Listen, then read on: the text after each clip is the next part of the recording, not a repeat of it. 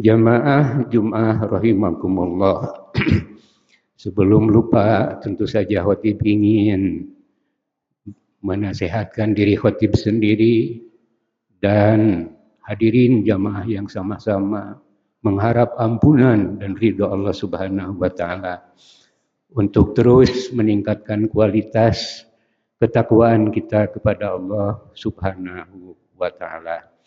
Mudah-mudahan dengan upaya dan usaha meningkatkan kualitas iman takwa kita ini, kita bisa mencapai kebahagiaan hidup baik di dunia kini maupun di akhirat kelak. Kita khawatir dan itu mungkin dipastikan. Kalau tanpa iman, tanpa takwa, maka kita akan hidup di dunia menderita sengsara, di akhirat dapat laknat dari Yang Maha Kuasa. Na'udzubillahi min dzalik. Walhasil dengan yang namanya iman dan takwa, insya Allah apa yang menjadi harapan dan angan-angan, apa yang menjadi cita-cita dan asa di dalam hidup akan terrealisasi, akan menjadi kenyataan, akan terwujud. Sebaliknya tanpa iman, tanpa takwa, tentu saja kita akan mudah tersesat di darat, di laut kita pun akan mudah hanyut, di udara akan mudah terkena dengan bencana. Na'udzubillahi min dzalik. Bahkan kita orang tua, terutama anak-anak muda bermain-main saja di medsos, itu kadang-kadang celaka datang, bencana menghinggapi diri kita. Hadirin kaum muslimin yang dimuliakan Allah Subhanahu wa taala. Oleh karena itu, kita tidak pernah bosan untuk terus mengingatkan diri kita untuk senantiasa bertakwa kepada Allah Subhanahu wa taala. Wa tazawwadu fa inna khairaz zadi taqwa. Kalian berbekalah dan tidak ada bekal yang paling baik kecuali kebekalan takwa. Oleh karena itu, jadikanlah ketakwaan ini sebagai satu pola hidup yang mengiringi kita di dalam rangka mengarungi kehidupan di alam dunia ini, agar kita bisa mencapai kebahagiaan baik kini di dunia maupun di akhirat nanti. Hadirin kaum muslimin yang dimuliakan Allah Subhanahu wa taala. Di antara tanda-tanda bahwa kita ini sudah bertakwa kepada Allah sebagaimana difirmankan oleh Allah Subhanahu wa taala. Yang pertama, ciri-ciri atau tanda-tanda orang yang bertakwa itu adalah allazina yunfikuna fis-sarra'i wad-dharra. Yang pertama adalah orang-orang yang suka menginfakkan. Alladzina yunfikuna. Apa yang harus diinfakkan? Di dalam ayat ini tidak dijelaskan yang menjadi objeknya, tidak dijelaskan yang menjadi maf'ul bihnya kalau anak pesantren bilang. Jadi apa yang harus kita infakkan? Alladzina yunfikuna, orang-orang yang selalu menginfakkan, menyumbangkan. Fis-sarra'i wad-dharra'i, dalam keadaan bahagia, ceria, gembira, wad-dharra'i, dan dalam keadaan hidup pahit, banyak penderitaan. Jadi apa yang mesti kita sumbangkan? Fis-sarra'i. Kalau orang yang sarro, bahagia karena boleh jadi merasa bahwa banyak rezekinya, banyak harta kekayaannya, tentu saja yang harus disumbangkan adalah harta kekayaannya, sebagian daripada harta kekayaan. Alladzina yunfikun. Apakah harta kekayaan saja yang harus kita sumbangkan? Kalau kita ingin menjadi orang yang bertakwa, boleh jadi karena tidak disebutkannya objek atau maf'ul bih dalam ayat itu tadi, jadi umum. Apa yang harus kita sumbangkan? Apa yang harus kita nafkahkan? Apa saja yang kita miliki. Boleh jadi kita kaya dengan harta benda, tetapi miskin hati, miskin ilmu umpamanya. Miskin ilmu bisa jadi penderitaan bagi orang yang kaya. Miskin harta bisa jadi penderitaan bagi orang yang miskin. Jadi siapapun yunfikuna harus, kalau ingin menjadi orang takwa itu, menapakahkan apa yang dia miliki. Dia pandai dengan ilmunya. sumbangkan ilmunya itu, nafkahkan ilmunya itu. Dia kaya sebagian daripada harta. Siapapun alladzina yunfikuna fis-sarra'i wad-dharra'i. Jadi baik orang yang miskin maupun orang yang harta boleh, dan kalau mau paksakan diri harus mau berinfak sesuai dengan kemampuannya, berinfak dengan harta, berinfak dengan ilmu. Harta tidak punya, ilmu pun apalagi, tapi tenaga gede dengan tenaga. Jadi dengan apa saja yang kita miliki, sepanjang itu kita bisa menyumbangkan sesuatu yang berarti bagi yang lainnya, diinfakkan. Itu satu. Alladzina yunfikuna fis-sarra'i wad-dharra'i. Kalau tidak memiliki apa, harta tidak punya, ilmu pun tidak punya, umpamanya bodoh, kemudian tenaga juga sudah segini tuanya, apa yang harus kita sumbangkan? Apa yang harus kita nafkahkan? Apa yang banyak-banyak bersabar. Kita bisa bersyukur kepada Allah Subhanahu wa taala di dalam keadaan hidup bahagia karena memiliki harta kekayaan atau ilmu yang tinggi. Tapi kalaupun kita tidak memiliki apa-apa, kita bersabar dan tawakal, itu pun adalah merupakan bentuk kesyukuran ibadah. Hadirin kaum muslimin yang dimuliakan Allah Subhanahu wa taala. Kemudian yang kedua di antara tandanya itu al-kadhiminal ghaidha. Orang yang mampu menahan amarahnya. Orang yang mampu menahan hawa nafsunya ketika marah. Itu termasuk daripada tanda-tanda orang yang takwa. Orang yang tandwa bukan pemarah. Orang yang tabah bukan orang yang mudah marah. Hanya karena tersinggung dengan perkataan dia marah. Hanya karena tersenggol motor atau kendaraan yang kita miliki langsung marah. Na'udzubillahi min dzalik. Al-kadhiminal ghaidha, orang yang mampu. Pemarah itu bukan sifat yang baik, sifat yang celak. Di dalam rumah tangga saja kalau suami pemarah, apalagi istrinya juga sama-sama pemarah, dua-duanya pemarah, maka rumah tangga bisa jadi berantakan. Al-kadhiminal ghaidha, mampu menahan amarah ketika kita mendengarkan caci maki daripada orang lain, atau karena tersinggung dengan kalimat atau perkataan orang lain. Maafkan, ada banyak faktor yang membuat barangkali kita marah. Di antaranya umpamanya kalau kita mendengar, loh kok Ustadz istrinya kok dibiarkan jalan-jalan sendiri. Saya melihat dia umpamanya sedang berjalan-jalan dengan seorang laki-laki berduaan. Kok Bapak Ustadz dibiarkan aja umpamanya. Ya di dalam zaman sekarang ini ya informasi itu mudah diserap. Di abad sekarang di mana teknologi semakin tinggi itu saja bisa banyak info, bisa banyak berita-berita yang sampai kepada kita. Peristiwa-peristiwa jangankan hanya di dalam Indonesia, kota Bandung saja. Peristiwa yang di Chicago saja bisa diakses di Chicago. Sehingga banyak pabaliut informasi-informasi itu. Dalam kerangka orang yang bertakwa tentu saja akan memfilter, melakukan tabayun. Kamu bilang tadi melihat istri saya berjalan-jalan berdua dengan laki-laki, harus ditabayunkan. Siapa laki-laki itu? Kalau dia menjawab, dia itu tukang beca umpamanya. Ya mungkin kita tidak akan marah. Karena apa? Di mana kalian melihatnya? Apakah mereka itu bersama-sama duduk bergandengan di dalam beca itu? Tidak. Yang laki-lakinya di belakang, yang istri bapak itu di depan. Oh, wajar kalau begitu mah. Karena yang satu memang tukang beca, yang satu istri saya naik beca berdua. Tabayun. Jadi tidak semua info harus kita serap, harus kita percayai, kemudian harus kita laksanakan, harus kita dengar begitu saja. Karena menimbulkan kemarahan-kemarahan. Hadirin kaum muslimin yang dimuliakan Allah Subhanahu wa taala, mungkin tidak akan jadi marah kalau begitu. Jadi dilakukan tabayun, harus jelas karena tidak semua info itu. Hanya Al-Quran yang menginfokan pasti benarnya dan mustahil salah. Hadis banyak yang palsu.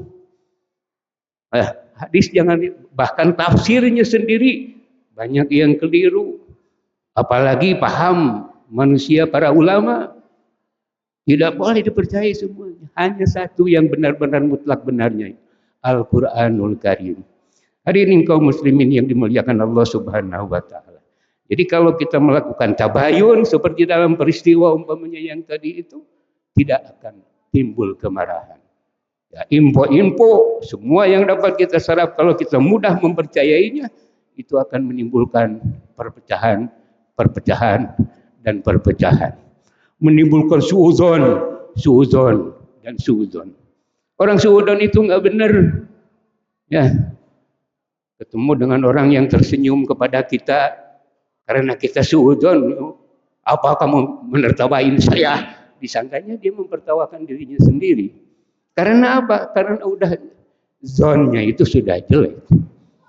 Ada orang yang datang ke rumah ngetok pintu bapak, dilihat dari kaca dia membawa belati umpamanya, membawa pisau, membawa pedang umpamanya. Dia pikir, orang mau membunuh saya, apa dosa saya? Bahkan ada orang tamu datang, ketok pintu, assalamualaikum, dilihat membawa map umpamanya, timbul persangkaan jelek. Oh, proposal deui, pasti dia akan meminta sumbangan. Jelek zon, husnuzon. Ini semuanya adalah ditimbulkan oleh kemudahan murah. Oleh karena itu perlu melakukan tabayun. Itu diantara tanda-tanda orang yang bertakwa. Yang pertama adalah mau menapakahkan sebagian harta kekayaan atau ilmu atau tenaga untuk fisabilillah di jalan Allah. Yang kedua adalah orang-orang yang mampu menahan amarahnya ketika dia marah. Barakallah.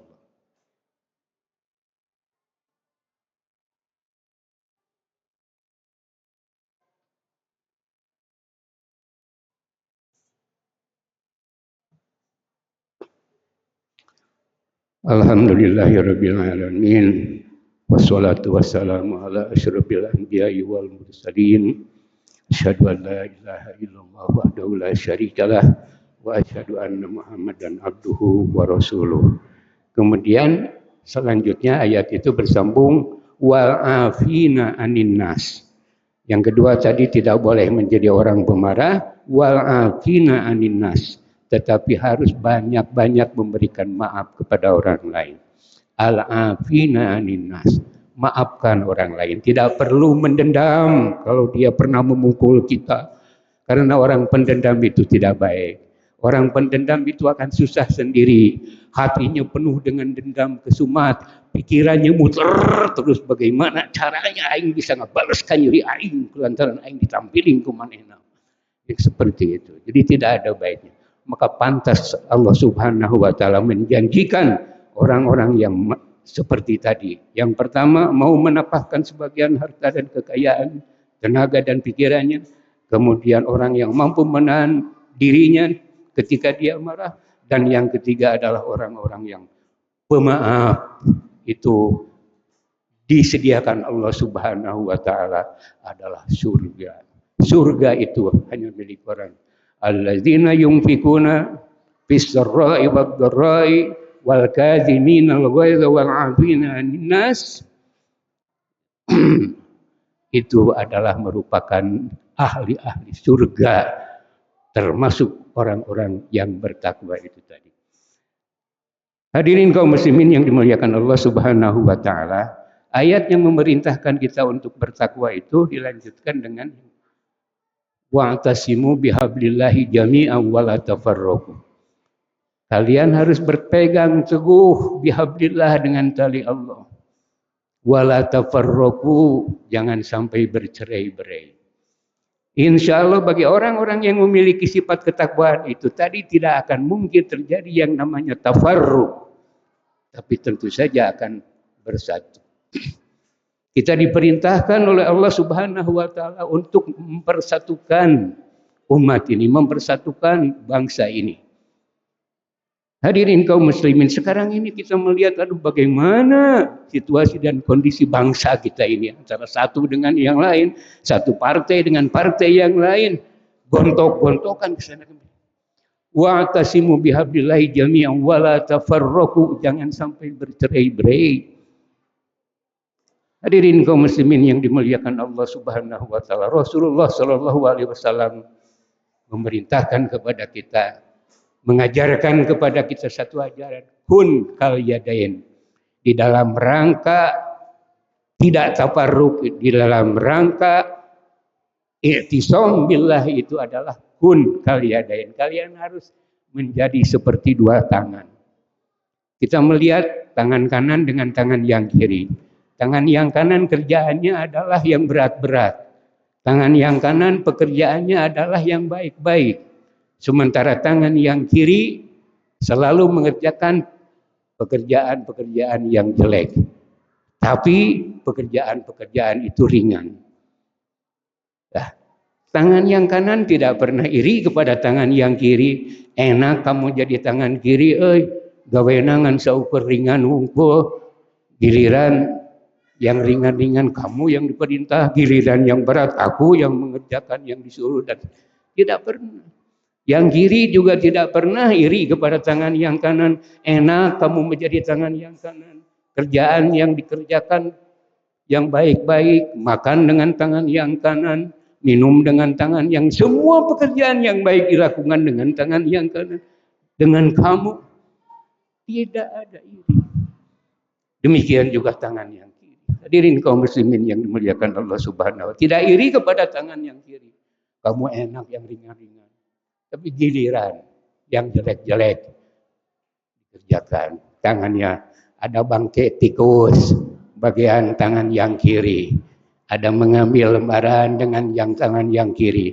Tapi giliran yang baik-baik, dua-duanya rukun dan damai. Ketika ada satu benda yang harus dikerjakan bersama-sama, tangan yang kanan dengan tangan yang kiri bersama-sama mengerjakannya berjamaah. Hadirin, wala takun kal uzunain, jangan kamu jadi seperti dua kuping. Yang kanan dengan yang kiri kapan pernah bertemu? Tidak pernah bertemu acan. Hadirin kaum muslimin yang dimuliakan. Kalau kuping yang kanan mau mendekat silaturahmi dengan kuping yang kiri, yang kanan dia mendekat, yang kiri menjauh. Kalau yang kiri ingin bersilaturahmi dengan kuping yang kanan, yang kiri mendekat ke yang kanan menjauh. Tidak akan pernah bertemu. Itu adalah konsep persatuan umat. Kita umat Islam ini tentu saja secara khusus dikenal dengan yang namanya ukhuwah Islamiyah. Penting bagi kita umat Islam sebagai penduduk mayoritas negeri ini. Jangan sampai antara umat Islam itu sendiri gontok-gontokan antara satu dengan yang lain. Karena potensi dan segala macam energi akan habis hanya untuk mempermasalahkan masalah ini. Jika kita tidak mampu menghimpun, menyatukan umat Islam itu sendiri, maka bagaimana mungkin bisa kita bersatu dengan penduduk bangsa Indonesia yang berbeda agama dengan kita. Hadirin kaum muslimin, mudah-mudahan Allah Subhanahu wa taala memberikan taufik dan hidayahnya kepada kita semuanya, sehingga kita menjadi orang-orang yang bertakwa dengan diantaranya melakukan tanda-tanda ketakwaan seperti yang disabdakan, difirmankan oleh Allah Subhanahu wa taala. Allahumma ighfir lil mu'minina wal mu'minat wal muslimina wal muslimat al ahya'i minhum wal amwat innaka sami'un qaribun mujibud da'wat wa ya qadiyal hajat wa ya mujibas sa'ilin. Allahumma aslih lana dunyana, Allahumma ij'alil hayata ziyadatan lana fi kulli khair waj'alil mauta rahatan lana min kulli syarr. Rabbana atina fid dunya hasanah wa fil akhirati hasanah wa qina adzabannar. Subhana rabbika rabbil izzati amma yasifun wa salamun alal mursalin walhamdulillahi rabbil alamin. Aqulu qawli hadza wa astaghfirullahal azim li wa lakum. Wassalamu alaikum warahmatullahi wabarakatuh.